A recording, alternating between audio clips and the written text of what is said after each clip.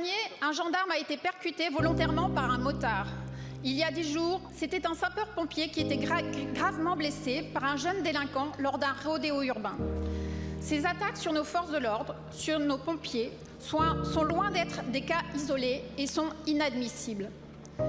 Depuis des années, les rodéos urbains pourrissent la vie quotidienne des citoyens français et mettent en danger la vie de nos compatriotes. L'ensemble du territoire national est touché par ce phénomène et certains habitants le subissent au quotidien.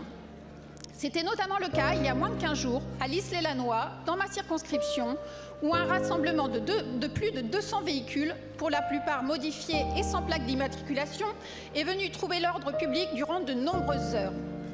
Ceux qui pratiquent les rodéos urbains défient l'autorité de l'État.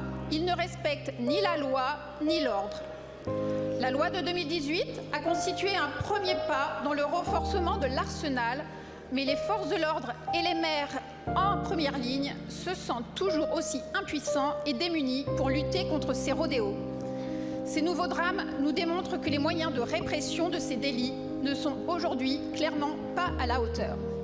Pourtant, des solutions existent pour renforcer l'action de nos forces de l'ordre et de la justice face à ce fléau.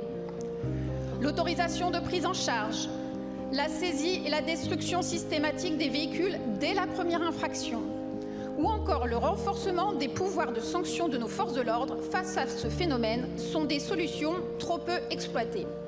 Monsieur le ministre, ma question est simple. Comment le gouvernement compte-t-il mettre fin aux rodéos urbains ?